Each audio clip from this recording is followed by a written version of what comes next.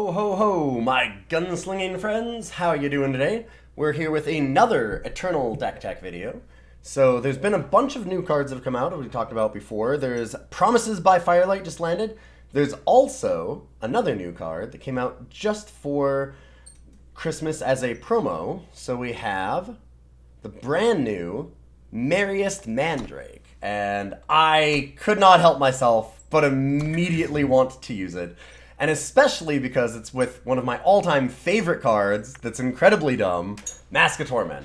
So for the people that haven't seen all of these, there's Merriest Mandrake. So our ultimate abilities cost half as much to use, rounded up. And when you use an ultimate ability, you gain 2 life and draw a card. So that's kind of awesome because it works in a few different ways for something like Mask of Torment, in that it helps you dig deeper to try and find Mask of Torment and other specific like life gain cards. It gains you life, and of course, it causes the ultimate to cost only 10. So it has the ultimate on Mask of Torment. So there's like a lot of little things that it does for Mask of Torment, which is really nice. Now, the rest of the deck, what we've decided to do is load it up with a whole lot of ultimate abilities.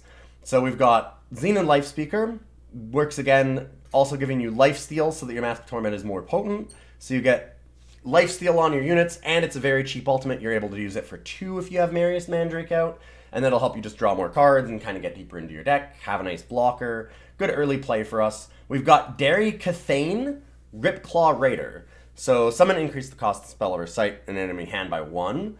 And then ultimate for, it's only going to cost us 2 to give +4 if we have 2 more spells in the void. We don't have a lot of spells in the deck. We've got a few. Like we have Cull the decks and Desecrates and things like that. But really, like, the ultimate on this one matters, but it's not as important almost in some ways as the summon for this. There's a lot of, you may have noticed, Endra going around. And with the rise of Endra, there's a lot of decks that are running a ton of spells. So whether they're the Endra combo themselves, so they're trying to just try and combo off as fast as possible and be playing things like Mirror Image and the Mirror Twin, or Twinning Ritual, sorry, that will double it in your hand, or Devours, and all those kinds of things, like Haunting Scream, all that stuff. Anything that can kind of increase the cost of some of that, like even increasing their draw spells, like Honor of the Claw, stuff like that, is going to give you a little more breathing room, so that you can maybe have a chance to slow them down and get out from under it and start winning the game in different ways. So that's one of the reasons why I like the Derry Cathain. Even though the ultimate isn't like amazing, it just makes it bigger. But yeah, just having something that is a good early blocker and also can maybe slow down some of those Endra decks is kind of nice. We have Dreamsnatcher, has an ultimate, also works with a different card that we have. I mean, it has lifesteal as well. But when an enemy player discards a non-power card, then it gets extra attack. So we also have Tome of Horrors. We're splitting a few different things here. We're running Tome of Horrors and Mask of Torment. We're running the Merriest Mandrake. So we've got a bunch of different things, but there are some through lines. It makes, like I said, Dreamsnatcher a lot larger to have Tome of Horrors. It's another way to attack. It's a way to use all the extra power that we're going to get off of Mask of Torment, because you can just steal a bunch of cards off the top of their deck. So it's got a few reasons to be in here. Mostly for fun. But, you know, sometimes it's nice to just read a book. We have Ayan, again, Lifesteal, Ambush, Ultimate, good against, like, aggro decks, and obviously is going to help out our Mask because of the Lifesteal. Merchant, just because we need it. I don't have the Time Merchant, which we normally like in these style of decks, because specifically I have Waylay. Waylay is a card that can stop the very heavy Endra combo deck pretty much on its own, if you get it at the right time. So we want to make sure that we have Waylay. It's something that you just kind of have to have at this point. You've got to have some taxes against that style of deck. You have to be able to get rid of some of their units, and especially their void and stuff at the same time. So we've got Lumen Attendant as a way to buy back a couple of things, just as the last 2 cards that we can fit in here.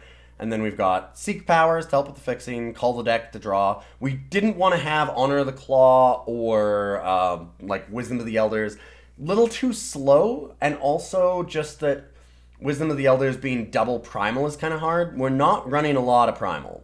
Oh, I missed Feln Bloodcaster too, by the way, which you can steal more cards off the top of their deck. You can maybe get a little bit of a theme here. And then also it's got an ultimate, again, just really good blocker. This deck is really good against any kind of fast aggro. It just has a lot of big butts, so it's kind of nice that way. So just a little bit more of that for this deck. And then we have Vara's Choice as another way to fight against Endra, and just have removal in general. Silencing a unit in their hand can either get rid of their merchants, or can get rid of their Endras themselves, and then it doesn't matter if they draw them back because they're silenced. Same thing when they're in play, so Vara's Choice is actually a surprisingly good removal spell right now. And then we have Desecrate. Desecrate being at fast speed, kind of the same thing. If your opponent decides to go for a, like, Kaidos' Choice and return an Endra to their hand, then you can just respond with a Desecrate. You just have to be very smart about the way that you play it, because your opponent can also do the same to you, right? If you just try and Desecrate their Endra or something right away, they can respond with the Kaidos' Choice or Devour or a bunch of different things that they can use to stop it. So you've kind of got to wait until they pull the trigger themselves. It's tough. There's a lot of playing around against the Endra deck. So that's what we have there. And then obviously our market is a lot of just redundancy. We've got Merriest Mandrake, we've got Tome of Horrors, we've got Mask of Torment, and then we have an Immortalize, so if we want to pull something back out of Void, then we can definitely do that. So like if a Merriest Mandrake dies and just want to get it back, that kind of thing. And then also we're stealing a lot of our opponent's things, so hey, we might want to use one of theirs. So we've got all that in here, and then obviously the Waylay that I talked about.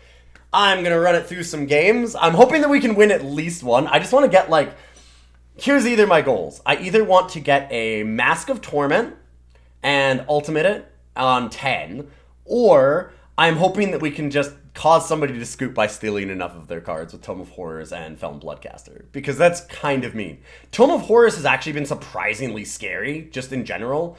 If you get 2 of these out, it mills people really fast. You'd be surprised how much damage your units do. Your opponent's having to do, like, attacks and blocks, and you being able to make those trades and stuff. Because it's not whenever a unit deals damage to the enemy player. It's just whenever a unit deals damage at all.